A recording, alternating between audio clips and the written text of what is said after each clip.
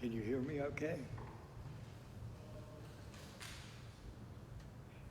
The light's on, so I presume I'm okay. Good morning and welcome. Good to see you on this, one of these dog days of summer. It's supposed to get up to like 93, but there's relief later on coming, I hear. But again, thank you very much for coming this morning. Some of you have come from a distance. I believe there is one person that is here who has a home here, but also it came from Florida. So everyone is welcome. Whoever you are, glad you're here. What we do traditionally is take refuge in the Buddha, our teacher, his teachings, the Dharma, and particularly those that have, as a result of their following the Dharma, have become awakened, which is the Sangha. What we try to do when we come into any kind of teaching like this is to have three things: a big heart, open to everyone and to all experience, not excluding anybody or anything, knowing that everything in one way or another can be a teaching for us. So we keep our hearts open to that possibility. The next thing we have, and this is this is not original teaching on my part, it's Khenpo Ken, who's a great teacher in Scotland. He gives his teaching. So to have a big heart, to have a loving heart, meaning you would wish all beings to be happy. And finally, again, an open heart, a big heart, and a loving heart. So we come to this with that sort of attitude. What we do then is we say a traditional prayer, and today we'll just say it in English, and we'll say it 3 times. If you are prompted to say it, that's fine. If this is not something part of your tradition, no problem. Just think open, loving, kind heart. So it's the refuge prayer. It's on this page.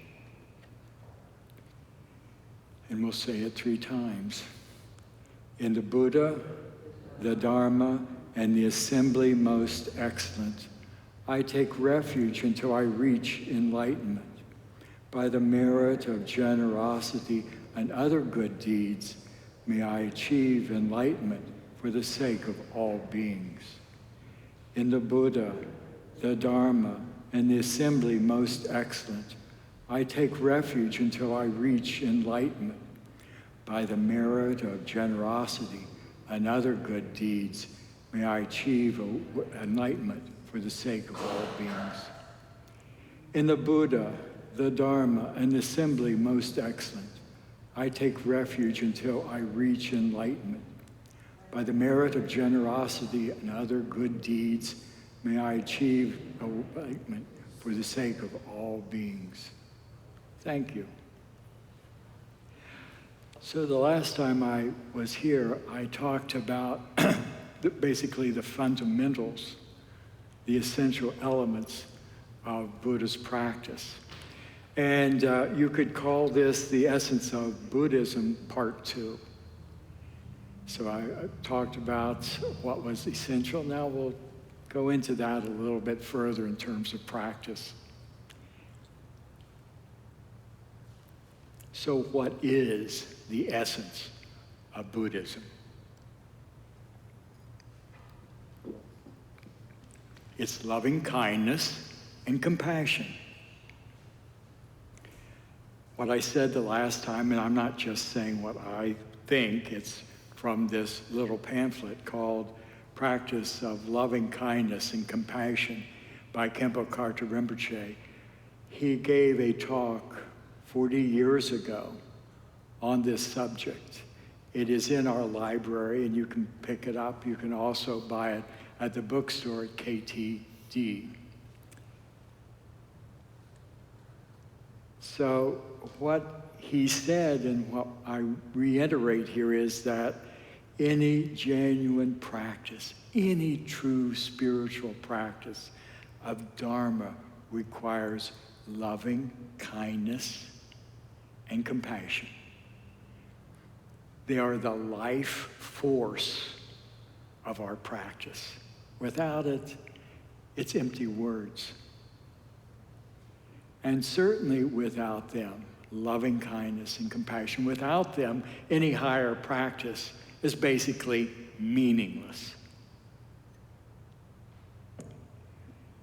It is through loving kindness and compassion we can develop meaningful relationships with one another. And we can have a relationship that's sane and kind.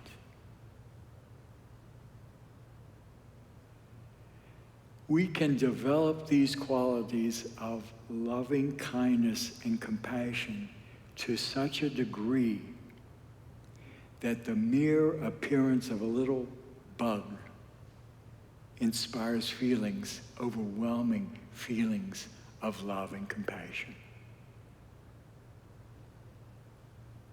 I remember in retreat, my 3-year retreat some 10 years ago, we were visited with some mice, and we caught them.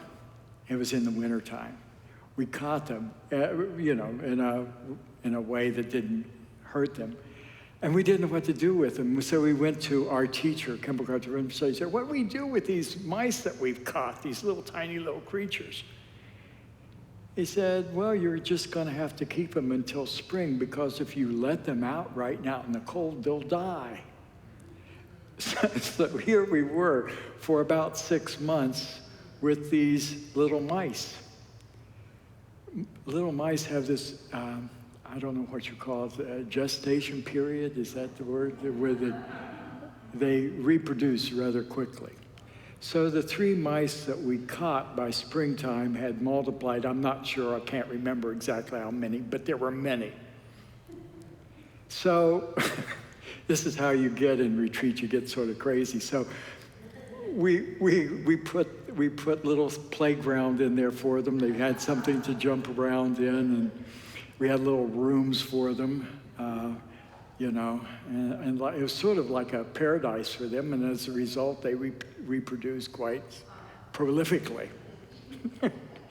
But in the spring, our cook took them out and put them in a park long ways away from the place, because we hear that if they were treated well, they'd want to come back. So it was miles and miles away. This was at the example and the teaching of our teacher, Khenpo Karthar Rinpoche. So when I am saying the mere sight of a living being, even the tiniest of beings, can arouse powerful feelings of loving kindness and compassion, it is true. And my teacher showed us that example. It wasn't always easy keeping these mice around, you know. You have to take care of them. And of course, we went overboard with it.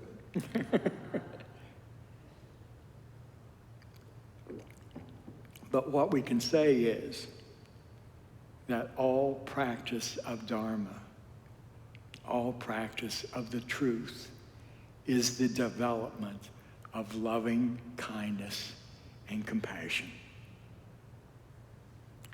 If we have these sincere feelings, we don't need to say anymore, I'm going to work on my anger. I've got to work on my anger. You don't have to say that. Because the mere feeling of loving kindness and compassion itself liberates our egocentric notions and our neurotic patterns.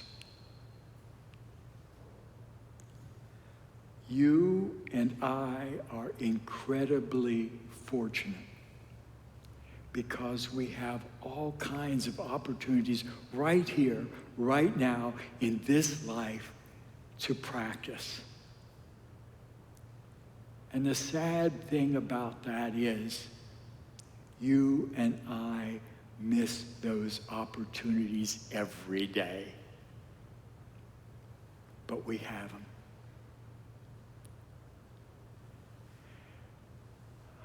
One of the things that Khenpo Karthar Rinpoche, my teacher, who told us to keep the mice, one of the things he said was, we have to understand karmic conditioning if we want to practice. He said one time, if we practice if we can practice, let me put exactly what he said. When we are at the edge of a cliff, it is possible to be mindful and careful and not fall off. Okay?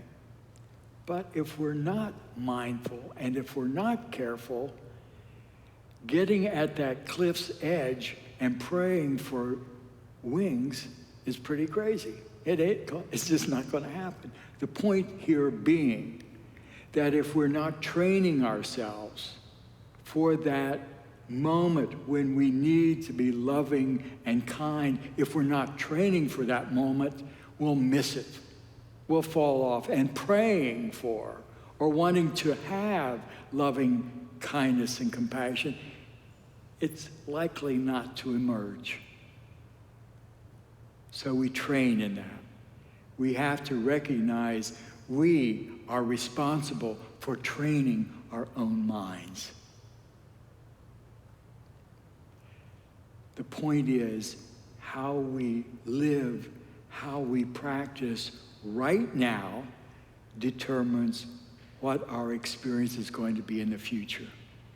So if you want to be loving and kind in the future, you have to learn how to practice it now.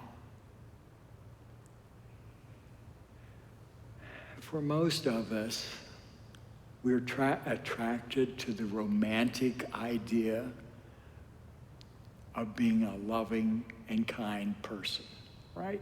I mean, who doesn't want that? Really? I mean, everybody wants to be loving and kind and compassionate. But what happens when the rubber meets the road?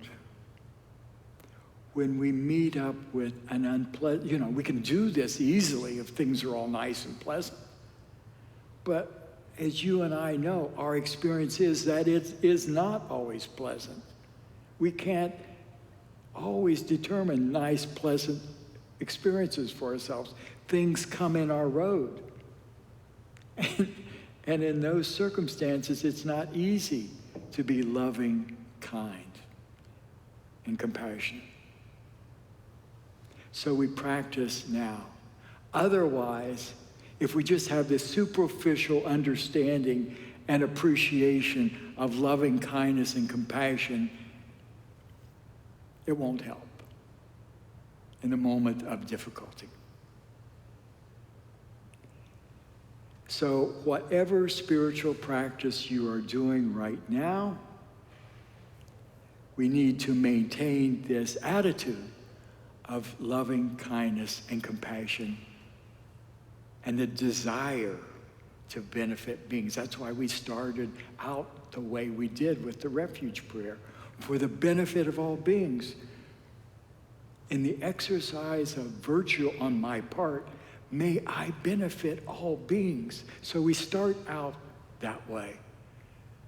Chandra Kirti, who was a great teacher in the past, he did one important practice every day. He didn't bow to the Buddha or deities. His practice was every day he got down on his hands and knees and prostrated to loving kindness and compassion. because he knew that it is through loving kindness and compassion he was going to wake up. That's how important it is. So for us beginners, formal practice is really important. It's those practices that you work out with your teachers and mentors. In the beginning of the practice, start with the idea of love for beings. You know, we sort of, if you've been around for a while, you will hear us frequently saying the refuge prayer.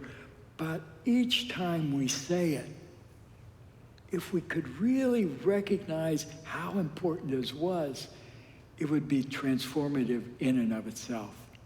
That's why in many pujas you will hear the refuge prayer repeated for like a half an hour sometimes. That's how important it is in the beginning of any practice. So when we're doing the practice, so we begin with it, and when we're doing the practice, we're thinking of the benefit of other beings, and then at the end, we dedicate the merit of our doing the practice, again, for all beings, for their welfare. And in this way, we develop the skill that we need to love and have compassion, and at least, hopefully, cease hurting other beings. That's virtue too. You know, we're in a situation and we want to hurt somebody and we don't. That's the practice of virtue too. Not a small thing to do, not to hurt somebody. To do any of this requires what? Patience. It's the quality that we most need to develop.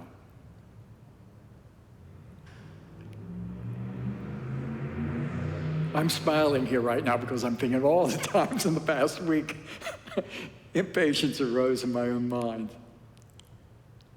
But all the neurotic upheavals that we experience in our lives are directly the result of our impatience.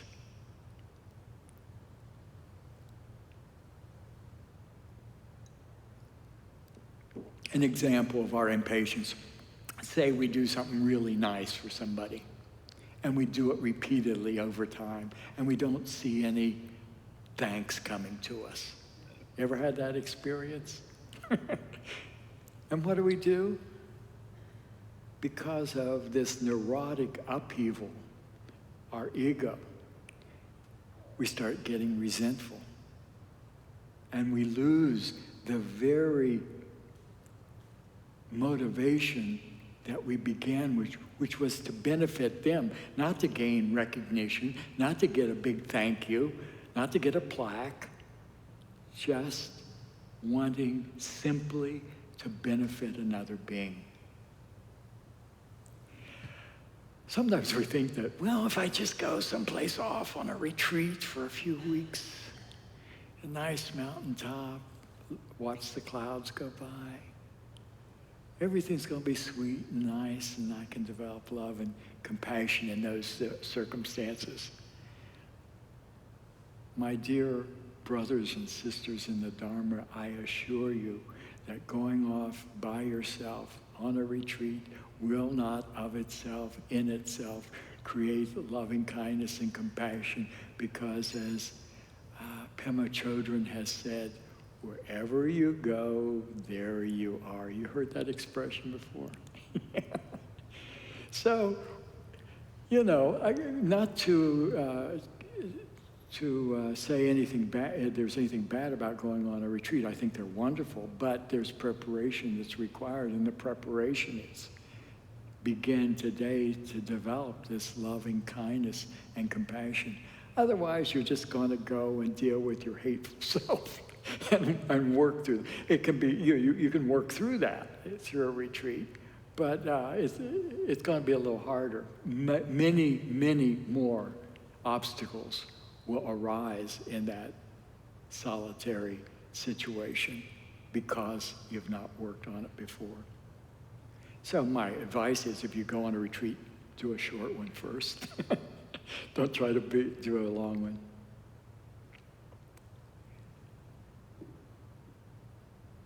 So, for the practice of loving kindness and compassion, the best practice we can do is sending and receiving. They're really important. And you can do them on the cushion. In fact, I recommend it every time you sit down to do a little what they call Tong Lin, sending and receiving.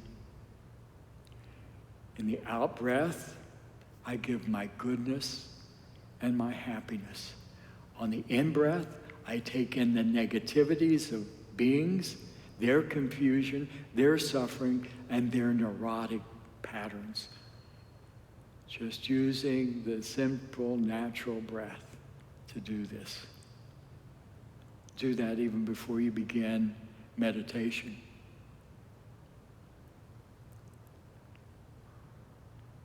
And then at the end of that practice, once you've done it, Khenpo Karthar Rinpoche recommends that we wind up by trying to experience the true nature of our mind with nothing to let go of, nothing to receive, awareness of the mind beyond reference points.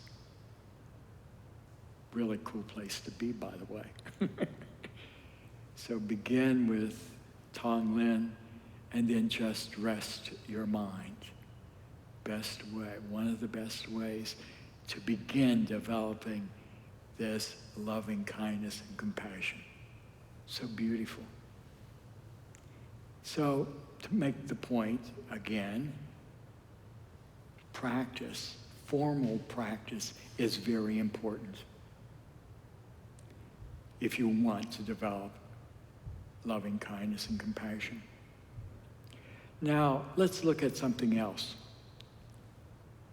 Off the cushion, it's really difficult to maintain this loving kindness and compassion for all beings, right? It's difficult. Someone insults us, someone insults our group, someone insults our nation. We feel abused, and what happens? Anger follows naturally in us. But if at these moments we can actually show patience and generate gentleness in those moments. Yes, gentleness. Generate that gentleness when anger might otherwise be our instinctual response. If we can do that, we develop loving kindness and compassion. So every moment of anger or annoyance we have in our lives once we leave here, this center, is an invitation to each of us to practice. It's not easy. Why? Because our habit is to get annoyed, to get angry, right? And quite honestly, it's not the general way our society operates. When someone abuses us or appears to abuse us or those we love, and we don't show some sort of self-righteous anger, if we don't show that, they don't think we're really being human. And yet,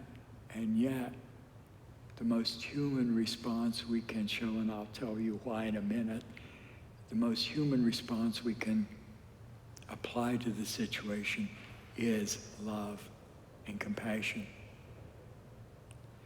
But again, what happens with us normally if we feel mistreated is, if we have power, we're going to defeat our enemy, right? We'll overcome them. We'll beat them up. We'll do whatever necessary to overpower them. Eye for an eye, right? On the other hand, say we're too weak to do that. Then what do? We wait. I'll wait my opportunity. It'll come. He won't or she won't be watching, and I'll take my revenge. And they won't even know it. Does it sound like I might have done this at some point?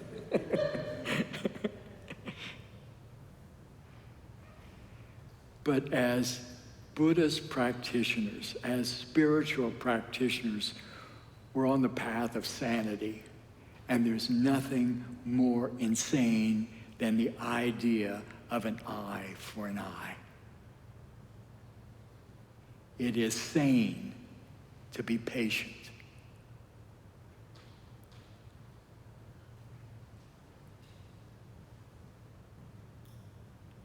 So, in the face of people that hurt us, in the face of people that mistreat us,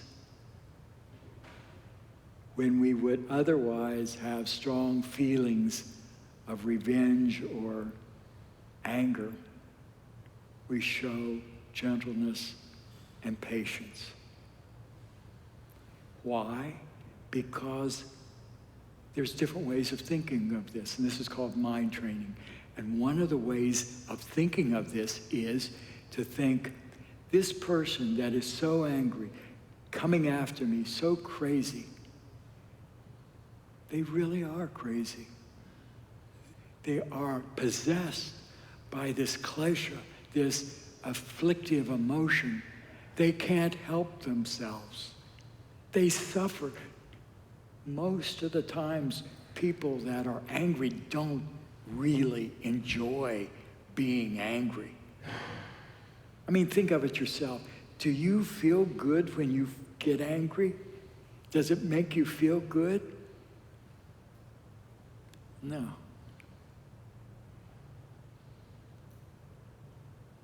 And if it makes you feel good, think of the consequences of what happened when you did get angry.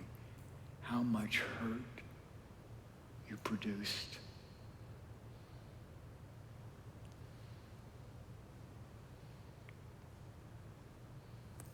So, generating love and compassion for those that otherwise seem offensive is the right thing to do. It's the sane thing to do. Another mind training way to look at it is to think of the person's anger towards you as a karmic situation.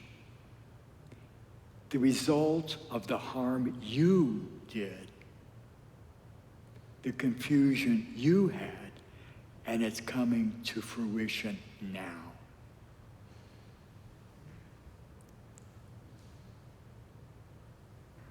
It's the result of the past harm you have done, either in this or previous lives. I have to tell you, this is a pretty direct teaching from Khenpo Karthar Rinpoche. It's direct and it's naked. It's telling you just straight out, most of the problem in your life is your own responsibility. That's a hard message to take.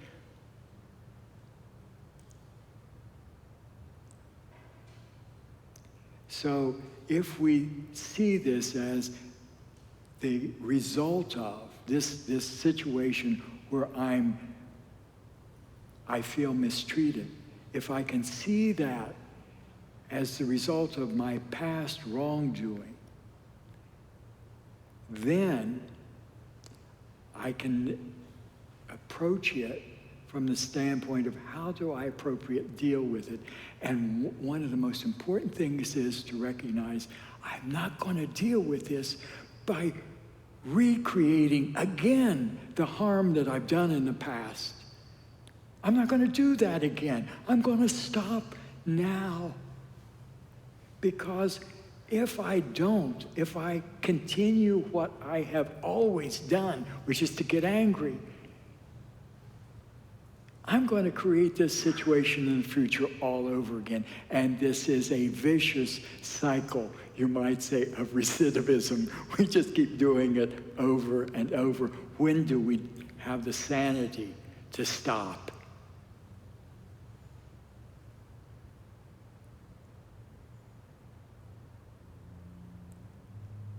So in this situation where we feel mistreated, we show sympathy for ourselves,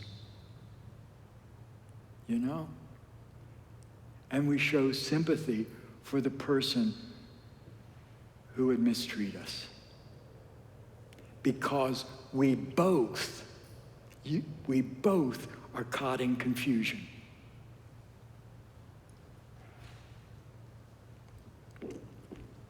We acknowledge this. I have done innumerable acts in the past that harmed other beings. This person in front of me is simply acting out their own hurt, their own problem. And I should see them as if they were my child who has a sickness and illness. And I want to treat that in the best possible way.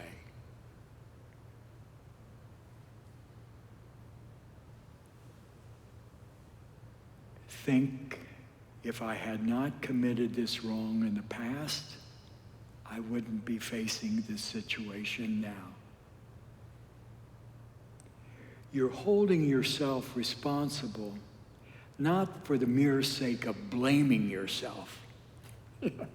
What good's that? But it's the rational explanation of where you're at right now. It's where things are right now.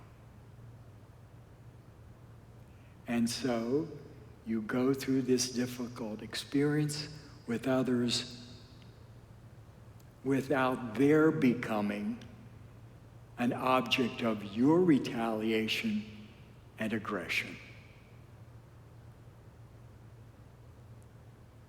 We will not be continuing this cycle of wrongdoing. There are other ways of looking at this, and it's again using mind training techniques. I can't go into all of them. Lama Kathy has some beautiful teachings based upon the great path of awakening that teaches us different ways of approaching these kinds of situations and still maintain our sanity through loving kindness and compassion. I'm just throwing a few out here for you. Another way to look at this, and this is hard, another way to look at this is to see that person that's angry, that's causing you discomfort, that's causing pain for you, to see them as that person that's coming to you to teach the highest instruction possible in Buddhism. And that instruction is patience, loving kindness, and compassion lead to awakening.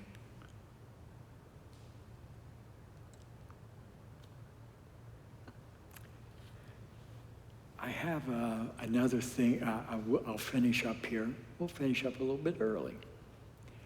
And if you have questions, we'll entertain those questions. But I wanted to end up on something that Kimbakarta Rinpoche said in this teaching. And he said,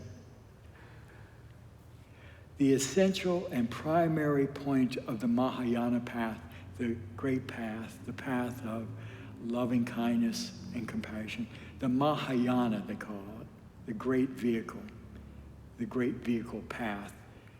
The primary and essential point is that by entering Buddhist paths, we have made a courageous decision by promising to work for the benefit of all beings and to reduce the harm we cause them. Society doesn't see it this way. But I think you and I can see maybe a little bit how this choice not to retaliate but to love is the most courageous thing we can do, and we can take that commitment in the Bodhisattva, which is the person with the great mind, the loving mind, the mind of awakening. We can make that commitment, even though we know we will fail from time to time. We make this commitment, and that takes courage. And that's what this Buddhist path is all about. And he said finally, with that commitment to love no matter what and whatever circumstance, he said, with that commitment, we can maintain a certain standard of dignity. When we look about our world right now, we see a great lack of dignity among human beings because of their confusion and our confusion.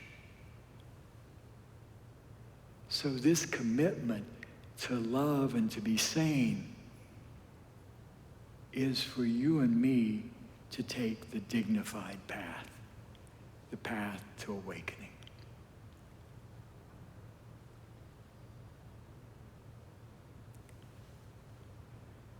So if anybody has any questions or thoughts they want to put out there, I'll be glad to entertain them.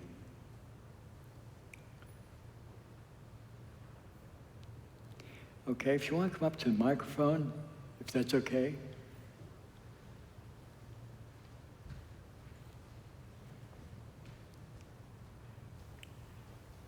A courageous person.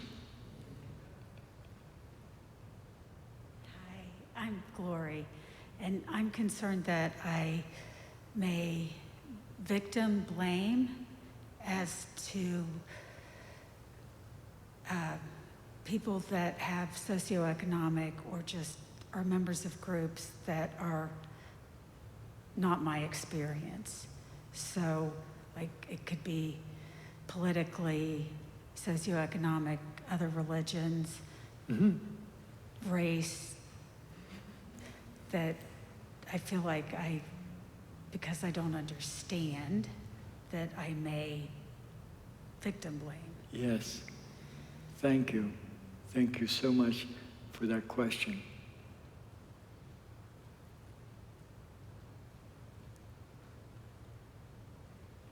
We can use our religion and our practice to beat each other to death.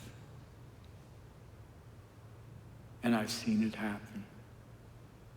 Some self-righteous person coming along and using what they believe to beat the other person over the head with what they believe.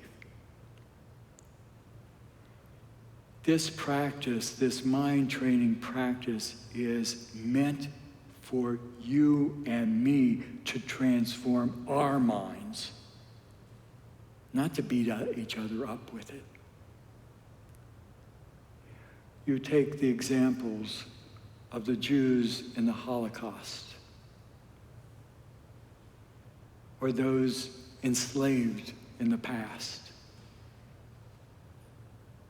Would you go up to anyone and say, that's because of your past karma? Oh my goodness. In this life, this small period of time from beginningless time until now and extending into the endless future. In this small period of time, looking out at the world, we see innocent victims all the time. I remember I worked in coal mines 30 years ago, and one of my fellow workers, he was a farmer also, he was having his child ride on the back of his lawnmower. He was sitting in this, it was riding lawnmower, and it had the cutting blade in the back. The child fell off and was killed. And I was Buddhist at the time, and he came up to me and he said, "Tell me it's his past karma." No.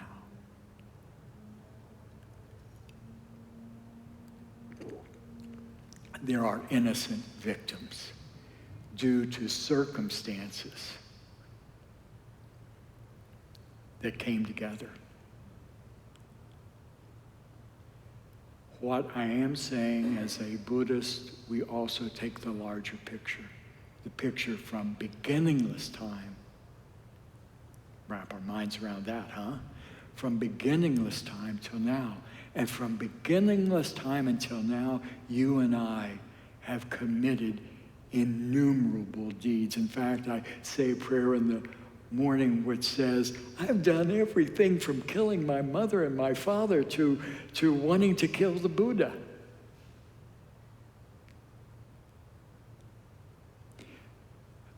That's for our mind training, for our learning.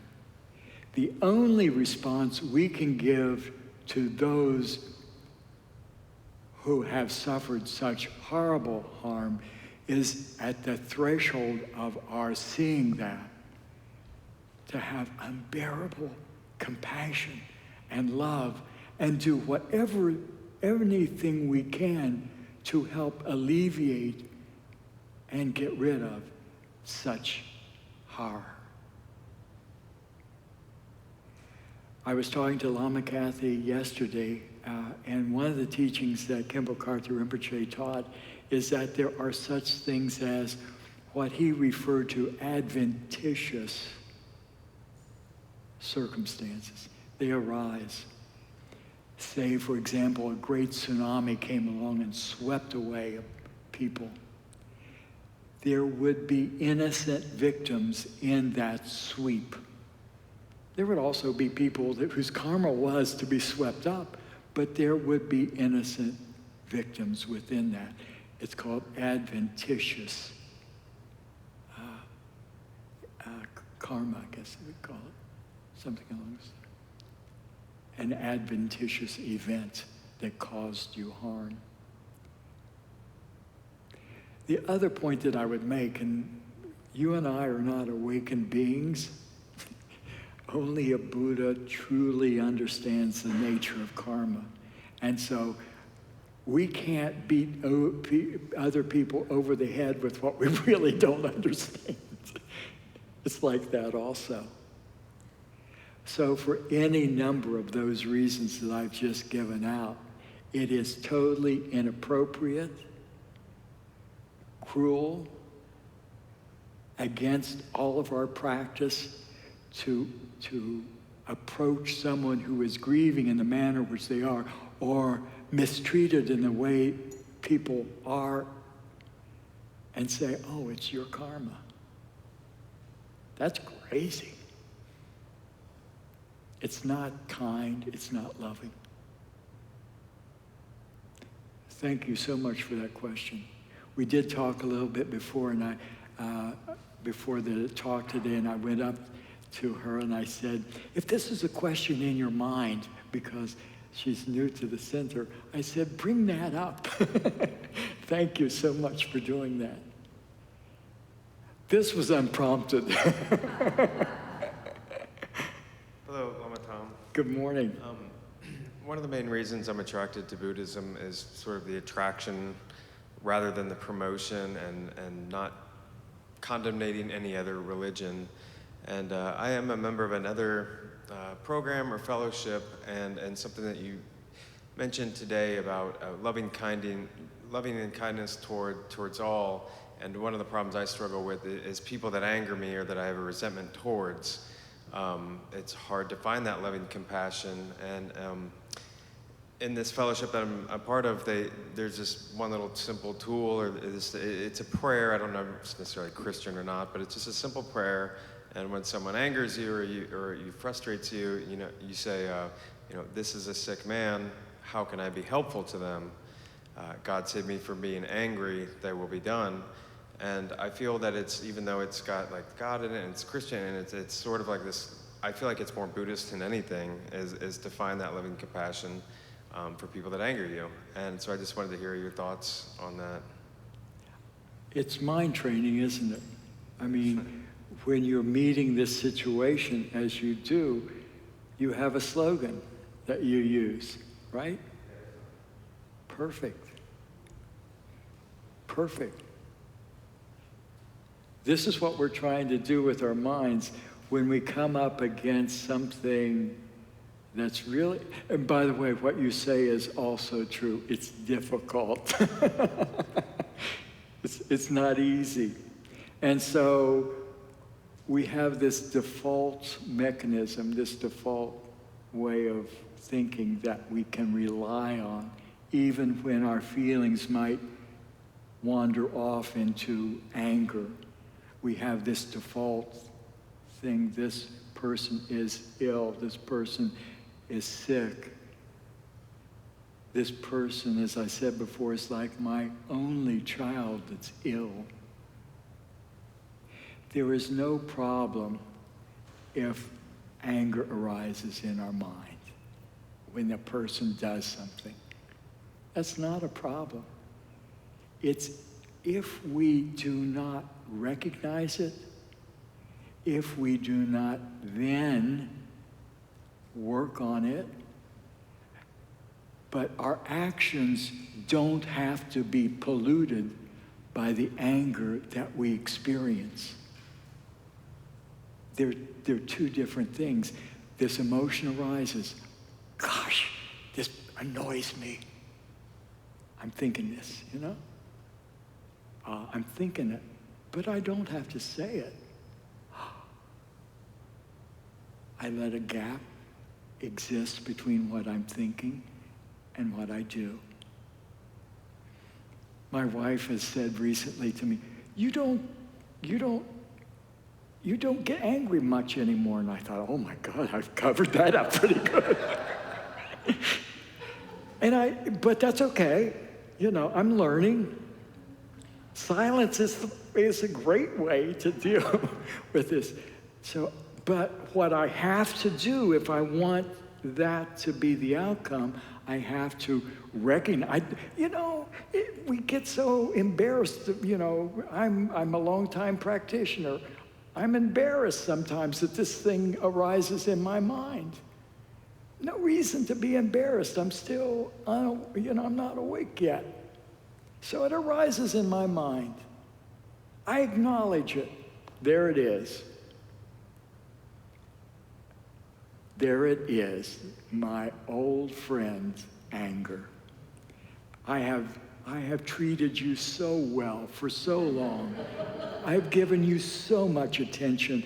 I've allowed you to rule my life. There you are, resentment, my old friend. But this time, I'm not going to treat you like my friend. I'm going to treat you, not this person, as my enemy. Actually, that person, as I said before, can be, if we think right, our greatest friend. So thank you. Yes. And if you could speak sort of loud, because I can't hear well, and the acoustics aren't. Yeah, I really don't have much of a problem with that, so, hi. So, as I continue to practice and learn more about sending and receiving, I find out how really insidious my ego is, or should I say ignorant my ego is. And I think I've talked with a lot of people, and this is a common sentiment I hear, and I feel it, is I can have more compassion for an animal than I can for a human being. The other day I found a centipede drowned in my basement because of the floodwaters, and my heart sank. And I think about people in my life, even close people, and sometimes it's apathy. With enemies, sometimes it can be outright rage. And in trying to deal with that, what I've noticed is that in doing sending and receiving, I do wish for that person I perceive as an enemy, to be to achieve enlightenment. However, the trick in my mind is I hope that they come to a place of utter ruin and desperation that will lead them to enlightenment. And then counter, I'm like, and I've come really late in my thing to Pema Chodron, and what she teaches about radical acceptance. Yeah. So being okay and working with that in myself, but yet keeping motivation to move. So what you say is true. It is so true. It is sometimes, I have a dog, Lucy, and sometimes she's much easier to love than bless her heart, I hope she's not listening, my wife. But I also say, give yourself credit. The fact that you do love little critters shows the nature of your mind. Okay? So give yourself a break. So it is practice, and it takes time. And so when you come to that point in your process of working through your resentment or anger, where there's this familiar part where you say, I hope they reach full discipline. That's your enemy, and that's the part you have to work on a bit. All the other parts sound pretty good. We have to treat ourselves with sympathy and love too. We can't beat ourselves up. This is a process, it takes time. And the first person we have to give love and compassion to is ourselves. Because if we can't give it to ourselves, we're going to be poor vehicles of giving love and compassion to others. Thank you for that. That's very good. Yes, ma'am. Hello. Hi. Hi, my name is Madave. Welcome. Thank you. One of the questions I Could you speak a little closer to the microphone? Yes, can you hear me? Okay. Awesome. One of the questions that I have is, we're supposed to show love and compassion. What does that look like in a more harmonious way with boundaries? Especially since love comes in many different forms and hate and anger is a part of that. So how do you show that with boundaries without ending up kind of like a doormat? Or end up having yourself depleted?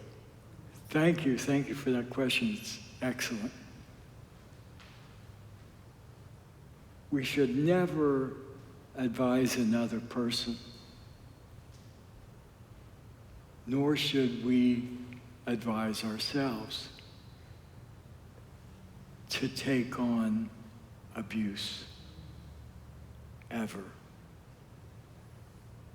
We talk about dignity. There's a dignity about ourselves. And so it is right, it is just, it is loving and kind to say to someone, no more. And to extricate ourselves from any situation that might cause you violence. The other thing to remember too is that's also being loving and kind to that other person, because when they mistreat you, when they cause you harm, what happens to them in the future, we believe that that is karmic and will produce suffering and unhappiness in their life.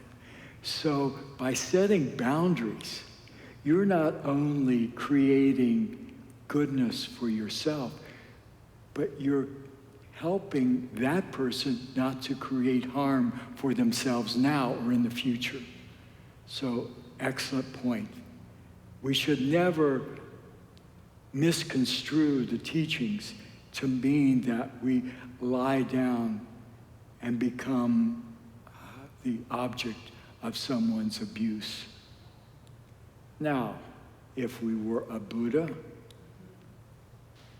but we're not, if we were a Buddha and someone wanted to take our hand and cut it off, we would give our entire body. But we're not there yet. So we don't do that. We set boundaries, and they're important. I worked in children's services for some 30 years and worked with women who were horribly abused. I could never imagine saying to them, go back and take the abuse, or not set the boundaries, or not get out of the situation. In fact, we say run from the situation.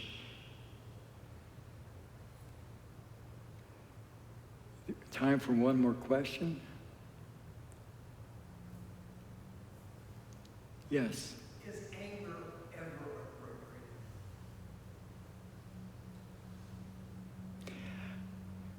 What I said before was anger will arise in our minds, whether it's appropriate or not. So, to express anger, to hurt somebody else is never appropriate.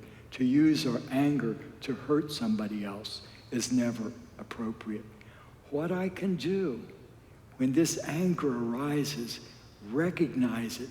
And if I can just recognize it as nothing other than mere energy, I can take that energy and act very skillfully in the situation to help that person that might otherwise harm me.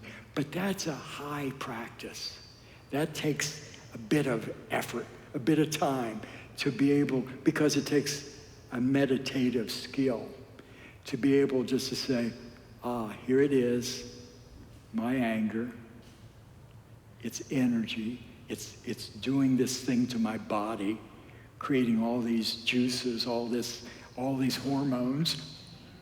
I'm going to use that skillfully to help that other person. That takes a lot of skill. So to answer your question, whether or not it's appropriate, anger is going to arise. The question is, do we handle it appropriately? That's the issue. Yeah. Thank you. Well, we do have to end here. As I said before, what do we do at the end? We dedicate the merit for all beings. So we take the dedication of merit. And let's say it in English. It's on our sheet there. By this merit, may all obtain omniscience. May it defeat the enemy, wrongdoing, from the stormy waves of birth, old age, sickness, and death. From the ocean of samsara, may I free all beings. The courageous Manjushri, who knows everything as it is, Samantabhadra, who also knows in the same way, and all the bodhisattvas, that I may follow in their path, I completely dedicate all this virtue. Again, thank you so much for being here. and hope to see you again soon. Have a great week, guys. Thank you.